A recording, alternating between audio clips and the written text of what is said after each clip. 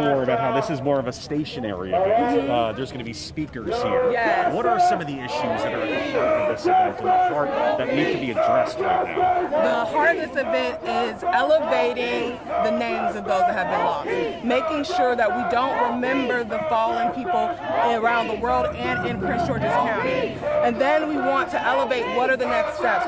How do we fix this problem? Is through legislation. So we're going to be talking about legislation that will be introduced next session. We're going to be talking about organizing, voting, all of those things that we have to do to move forward. One of the things covering these protests is we hear personal stories. Yes. The George Floyd case in Minneapolis, obviously, serving as a flashpoint last week. Yes. But describe your personal motivation for being out there. Yeah.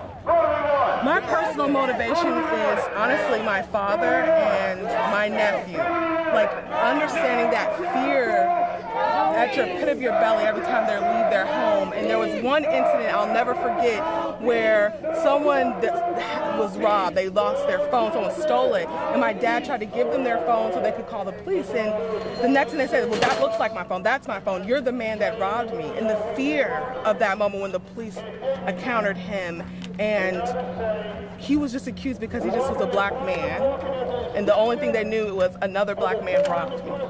And ever since that moment and other experiences where we've been pulled over and profiled and asked to search the car and having my own relatives that have died behind bars, it has led me to understand that there's no choice but to be an activist. I tell people I don't want to get up every day and fight for this, but I understand that my life's on the line, my father's life's on the line, my relatives' life's on the line, my brothers and sisters just in the community's lives are on the line. And that's what gets me up even every day when this is a slow process, fighting for that. Thank you very much for sharing that. I appreciate it. As you were saying, all sorts of personal stories are behind these events that we're seeing unfold. The stories behind these types of signs that you're seeing right now. Police walking with some of these protesters out here with a sign of unity. And this event will be continuing on into the evening, guys.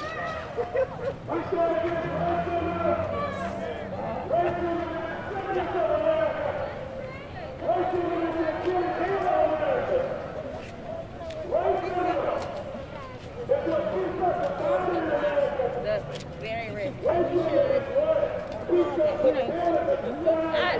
I do appreciate your presence.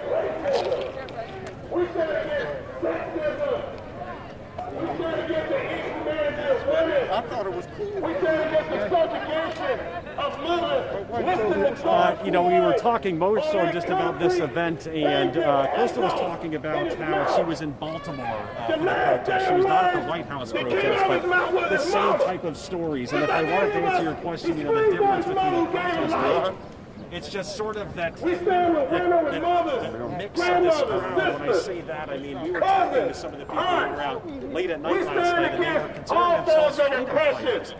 These stories, there's lots of emotion tied to them. For some, it's lots of frustration. For some, it's rage. And that is what we're seeing coming out. We're seeing a lot of the motivation here. The sun and the heat right now, holding up these signs, and then as you're saying at night, you're seeing this destruction happening, yes, in the city, but we are hearing these personal stories, and there's so many of them.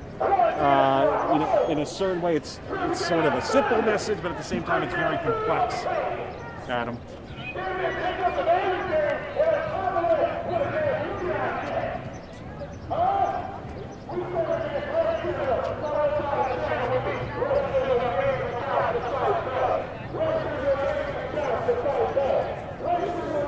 We got to fight back! We got to fight back! Racism means We got to fight back! We got to fight back!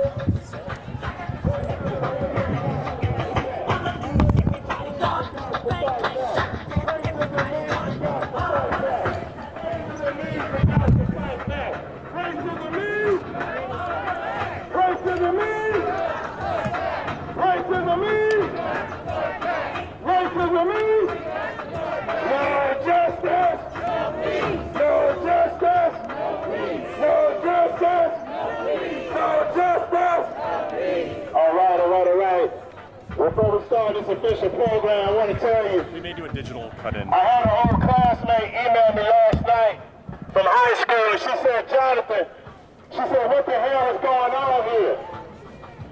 And I told her because, see, as important as it is to win the battle in the street, we also got to win the house. Hey, Tom. Let's go. After this, I'm going to try and walk before the protesters are just talking. Excuse me, Tom. I'm sorry, quick question. Would you be interested in a religious leader to speak? Sure, potentially. Yes, because my pastor's right over here over Forward Church, Pastor Dante King. Let me just try to coordinate a digital shot right now. Yeah, no problem.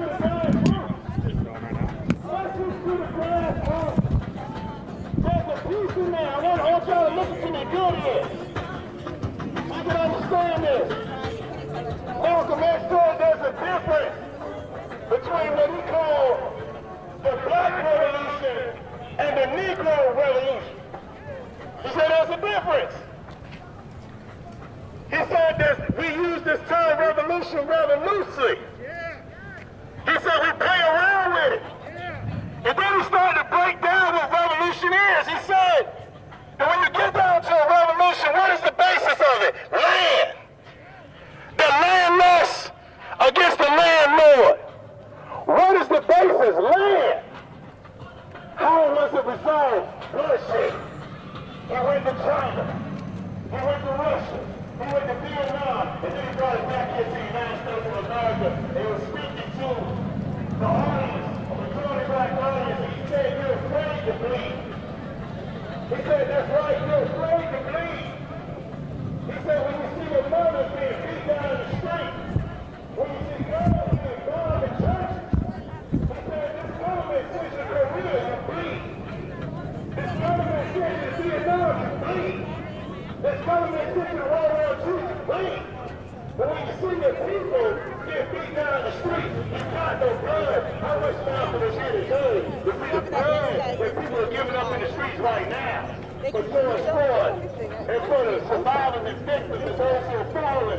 People are now at the point about marching in this and being a part of this. that George Jackson spoke to Being interviewed about being a part of this event. when he said before one can postulate revolution, all forms of redress has to clearly have broken down in the minds of the people. Any faith that the people have in the system, in the government, to correct any of the injustices, that's what's taking place here. People don't have any faith that the government could correct the injustice. People don't have any faith. That's why we're going buck wild. Because folks don't have the faith. No justice. No justice. Are y'all with me? Are you with me? Yeah. Are you with me? Yeah. Make some noise. All right. Y'all ain't tired, is you? Huh? Where's the right? All right. How's it going over here? No justice. No peace. No justice. No peace. No justice. No peace. No justice. No peace. No justice. No peace. No justice.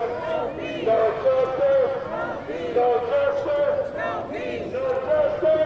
No peace. No justice. No peace. And so when we talk about police brutality and police brutality, it's a very Tom Dempsey here with WUSA. What you are seeing is the We Can't Breathe rally outside the Prince George's County Police Department. As we can see right here, even police officers are taking part in this event. We just spoke to an organizer who was saying this is a little bit different than the type of event we were seeing out at the White House. The big crowds of people chanting and holding signs. We can still see some of those signs out here right now. But this is being held at a stationary event. We are in the parking lot just outside the Prince George's County Police Department in Oxy Hill, Maryland. And this is the type of the speaker who's walking towards us right now has been. There's no time for us I'm going to hold the mic just to try and hear. Kick back in and enjoy life.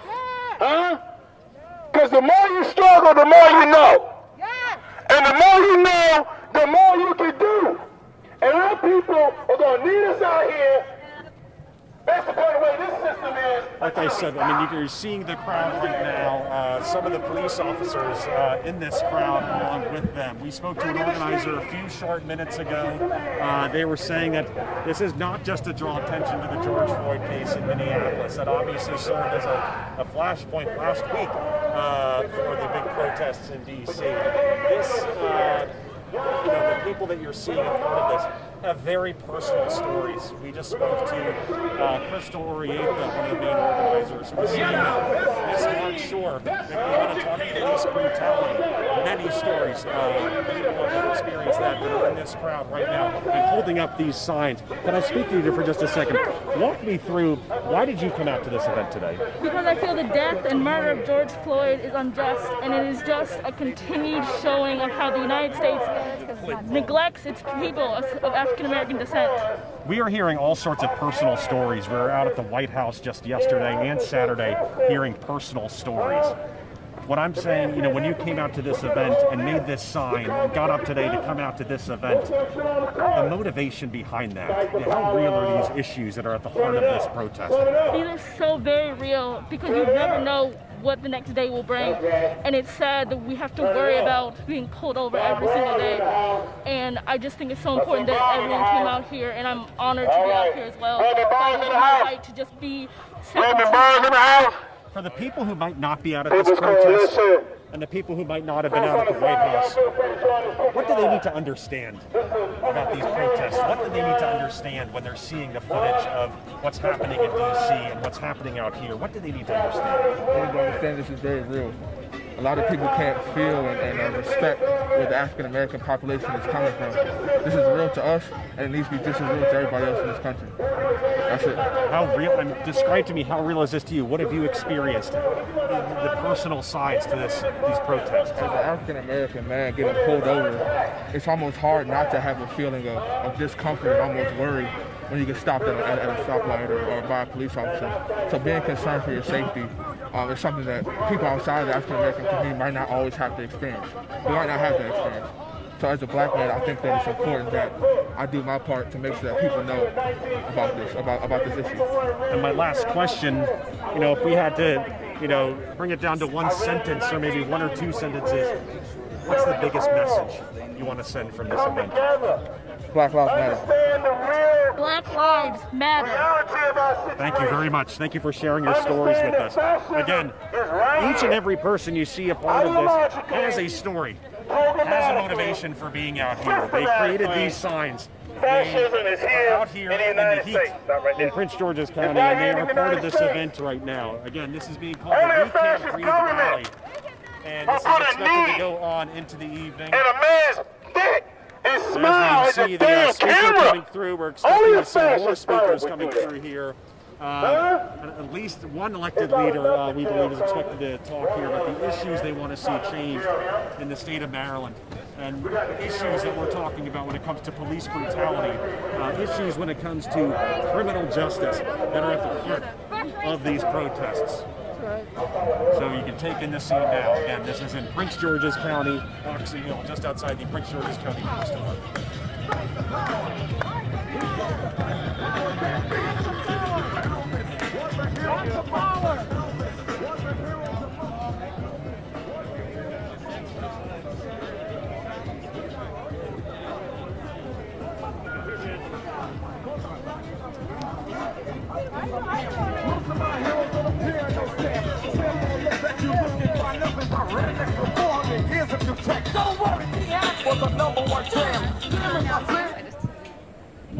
All right. All right, give yourselves a hand. That's a good job. Good stuff. The old school picket line. Okay, we're getting ready to start our rally. Faith in action. Faith in action. Reverend Dante King is going to bring us a word. Reverend Dante King. How you doing, big brother? All right. Bless everybody this afternoon. We're going to get started. The old African proverb says, when the child feels no love from the village, he burns it down so he can feel the heat. I'm going to pray this afternoon before we start this rally that we will get a vaccine from stupidity and God will immune us from racism. I know COVID-19 is killing a lot of us, but I promise you racism is killing more of us. Wherever you pray to, whatever God you believe in, I'm going to pray that our cities won't burn, but I'm going to pray you catch on fire today. Father, we come right now. We give you glory, honor, and praise. We thank you for this day. We stand in this land that you promised us freedom, liberty, and justice for all. But today, God, it seems like we've been bamboozled, hoodwinked, and run amok. We don't know what's going on, but we still believe that you sit on the throne. So our prayer today is that our cities don't catch on fire, that your people catch on fire. Catch us on fire, oh God, until we realize the sting of racism. Catch us on fire, God, until our churches are not so divided, but we come together. Catch us on fire, oh God. We're not discriminating against people because of their color, their skin, their sexual orientation, or their age. Catch us on fire, oh God, till we realize that all life matters and Black lives matter. Catch us on fire, oh God, till we keep our money in our community and make them millionaires. Catch us on fire, oh God, until the police officers feel the same pain that the victim feels. Catch us on fire, oh God, till our community becomes what you want us to be. And when you catch us on fire, we'll sing that old Negro hymn, we don't need no water, let it burn. All right, give it up for the Reverend Dante King. Give us a good word. That word has served us well over the decades and centuries.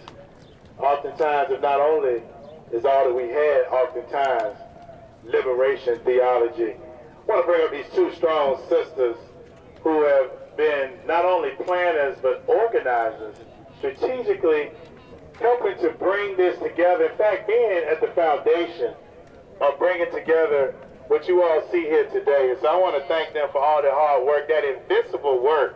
For those of us who serve as organizers, we know this work is invincible. And we thank this generation for bringing the sisters to the fore, right? Because women have always done the invincible work. We too often kept them invincible, right? So we want to thank Sister Kima and Sister Crystal. Thank you so much. Can you guys hear me good? Yeah. I want to keep my mask on because we got company in the house.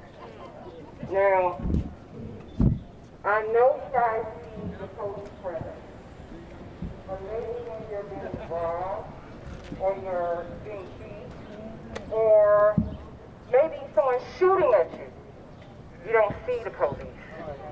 They're supposed to be here to protect us, not hurt us. And though this is a peaceful rally, you guys, I don't want anybody to do anything that will show us in a light other than what we are. Okay? Because that's what they're expecting.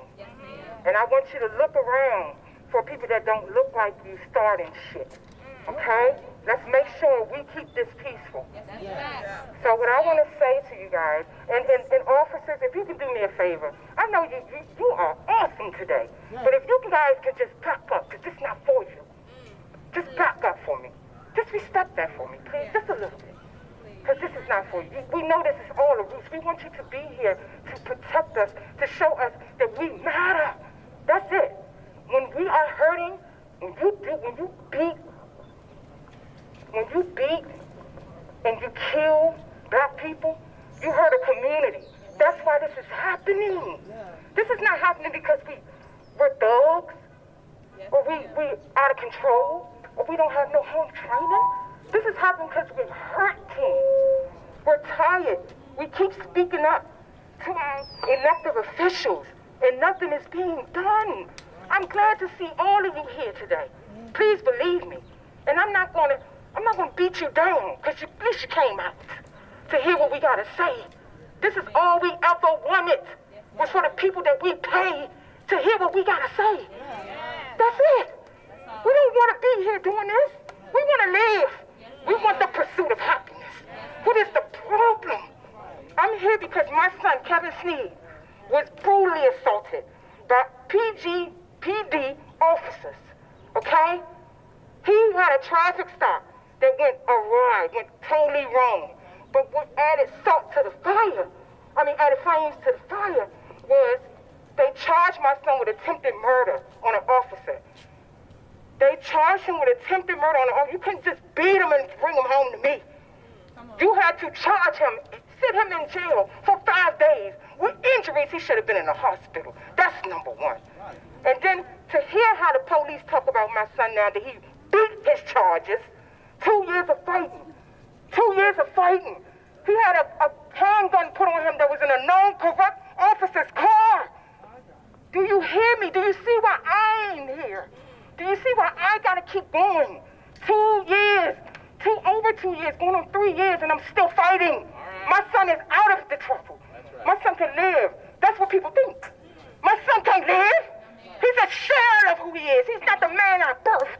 Trust me, y'all don't know what the mental trauma left behind does. Chief Stawinski, when your office is beat, when your office is killed, you don't understand. And I've been trying to reach out to you to tell you what they're doing in this building, what they're doing to this neighborhood. That's right. They are, and then you have visitors here, Chief Stawinski. You have visitors here that get the same treatment. It has to stop. I'm not going to hold y'all because I want to keep this. I don't want y'all to see my passion and think I need us to be angry. No, but I do want you to speak with passion because your input matters. Please speak with passion.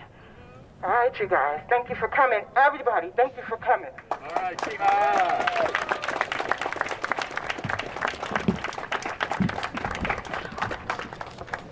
It's been a hard week, right? But for all of us that show up and walk out of the house every single day black, it's been a hard life. We understand that. Every single time we walk out of the door, we're worried about if we're going to come home safe. And it's not from what some people have the luxury of worrying about, right? A stranger, maybe in the dark, robbing them. I'm worried if I get pulled over in the car. That's the reality. I have a fear for that. I have a fear for my father. I have a fear for my nephew that is crippling. Yesterday I just cried. I couldn't, my wife turned to me and said, "Why are you crying?" I said, "I don't know why I'm crying in this moment. Because I'm angry. I feel broken." And when I spoke with Kima and the other organizers, I said, I just need to channel this anger into something positive. Because I don't want it sitting here festering and turning into the hate that I despise. Because that's not healthy, because I see it. That would be a hypocrite for me to hate someone the way they hate me. And my God, she just needs to love, so that's not what I'm going to do. What I came here to do is leave the chip that they have put on my shoulder at their doorstep. Okay? The anger, I'm going to yell, I'm going to be mad, I am going to stand up and leave it bare. So that tomorrow, when I wake up, I have the energy and the mind to fight for something better, because this isn't a news cycle. There's a lot of people that are enraged for this moment. This isn't the first time, right, that we've been chanting, "I can't breathe." This sadly won't be the last time we're going to be chanting, "I can't breathe." But I refuse to make this a news cycle. I refuse to not have long-lasting, systematic change come from this moment. Because this isn't about, because a lot of people get, oh, this is about, we're anti, who's elected? We're anti-police, we're anti-white. No, I just want to live. I'm not anti-anything. I want the police to protect me and my family. I think that they should be here. What I think, though, is that they should keep accountable the people that want to hurt me, that put on their bags the way that people put on the Ku Klux Klan sheet, and then they're sanctioned to kill us in the street. What I want is for you to keep them accountable. Because let me tell you, words lead to assault, lead to murder. So when you see them in the locker room getting dressed and putting on their badge like they were putting on the sheet, calling us nigga, you stop them then. You don't wait till we're leaving in a body bag to apologize and fire them and reprimand, and that's not the moment I want you to intervene. And so this moment is about, yes, we're angry. Yes, we're upset. Yes, we're going to chant and we're going to scream, but we're going to leave it here today bare, and tomorrow we're going to change. We're going to change not just Prince George's County. We're We're going to change Maryland. We're going to change the country. And we're going to do it together with the police that are standing here, with the elected officials that are here, because we can do it. This is not us pitting each other against each other. That's not what this is. Because we need the elected officials. We need good cops, right? I understand we need everyone, but don't think just because I need you, I'm not going to hold your feet to the fire. Don't think I'm not going to hold you accountable when you do something you're not supposed to do. But when you're acting right, you can have a seat at my dinner table. So today is about peace. Today is about us moving forward, us fellowshipping, us putting everything that we're just feeling in the Black community right now. Our Black elected officials, and something I just feel for the Black people that have to put on the uniform. I'm going to say that. I don't know how that feels. To know you have to stand by some of your brothers in blue that would kill you if you were in your street clothes. So this moment is for you too. This moment is for all of us to come together and figure out how do we move forward. How do we change? How do we have long-lasting change? So please be out here peacefully. But I want you, if you need to scream, if you need to cry, do that. Because that's what this moment is for. And so I just thank everyone that came to your own backyard. Because I don't want to always have to drive to Baltimore, drive to D.C. I want to be able to do something in my own backyard. So today we're going to be out here chanting. You're going to hear from other people that have been impacted, other organizations. You're going to hear about possible legislation that's going to be introduced next session by elected officials that are moving forward, doing the right things. And I want to take a moment to thank Jonathan for being our MC today and helping us just stay focused on what this moment is about. So thank you. All right, give it up for Sister Crystal. Some of y'all know she came within an earshot of that county council. So she's serious about building. When I say an earshot, it was just a few votes. Again, I want to give a shout out to Josephine Parker Morning here, the representative of the Southern Christian, the president of the Southern Christian Leadership, chairman of Josephine, the Southern Christian Leadership Conference here in Prince George's County. This is the organization founded in 1957 that Dr. King led until 1968, his assassination there in Memphis, Tennessee. Are y'all with me? Are y'all with us? Are y'all feeling out there? All right, this is a rally, Get your juices going, No justice. No peace. No justice. No peace. No justice. No peace. All right, the next sister we're going to hear from is a sister, once again, that invincible work, but you've seen her. You've seen her throughout this county. You've seen her giving her energy to organizations, to the Southern Christian Leadership Conference, to the NAACP, to the Washington, to the Teachers Union. Look, I almost said to the Teachers Union here in Prince George's County. But most importantly, just giving her heart and her soul to the struggle to help build organization. We understand that, and in order for us to move, I want to put this out here, in order for us to really bring change in society, you've got to become a part of an organization. So at the end of this rally, if you're not a part of an organization, we got to get you in an organization. This sister exemplifies organization build. I want to bring up Sister Amity Poe. Thank you, Amity. All right. Good evening. I'm not going to be long. I just want to share something. I noticed something when Crystal was here. Thank you, Jonathan.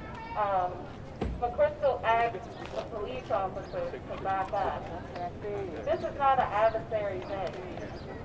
What people don't seem to realize, and I would say law enforcement, what you don't seem to realize is that just the mere fact of you showing up with a gun and a badge in your uniform, it is traumatizing. Yes, ma'am. It is triggering. Yes, ma'am. And in this component, in the era in which we are right now, we did not invite you to start anything with any of us. I got a call that all of the businesses were called today and told that there was going to be a riot. And that is not what this is. This is a peaceful rally. And I got the call that it was the police department that told these businesses and told them that. This is not right. This does not work. So when I say trauma triggers, triggers from trauma occur at the on-site of you, and you still stay very close by, it is very disheartening. This is why one of the things we need is community policing. We need community policing, but that's not my topic. I will get off on a tangent, but I'm glad that there are people that also see that as a need, because we are not speaking the same language, and people are dying. People are dead. And so I'm not going to, I have a national call to action that Crystal or somebody with a clipboard is bringing me a clipboard in honor of George Floyd. Many of you have probably seen already on social media one of the national demands. But I would like for everyone to take out their phone number. I would like for everybody to take out their phones right now, and I want you to take down this number. This number is going to be to the district attorney, Mike Freeman, and we need to let him know that the charges need to be found immediately. So that number is, and I'll repeat it a couple of times, 612-348-5550. Again, that number is 612-348-5550. And so, that is one of our national asks for you all here. We have 2 local petitions that are going around. One is being delivered to you in a sheet of on a sheet of paper, and this is in regards to our chief, the chief of police for Prince George's County. The other petition will come around. It's on a clipboard. It is a petition for the officers. It's a petition for Leonard Sand. Leonard Sand, how many of you remember Leonard Sand and have read that story, followed the story? We want the officers fired. There is no reason why the investigation has been circumvented, so that petition will come around as well. Right here, my educator, activist, social justice activist in red is coming around with that, and many other people will come around with that. We urge you to sign this petition. This is where it begins, and I'm going to go ahead and yield the rest of my time. I'm looking for one of my colleagues. I'm yielding my time to Rob.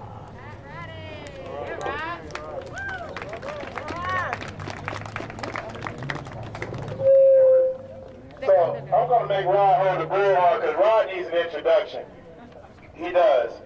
Rod Green, there's so many of us Howard University students. HU is in the house.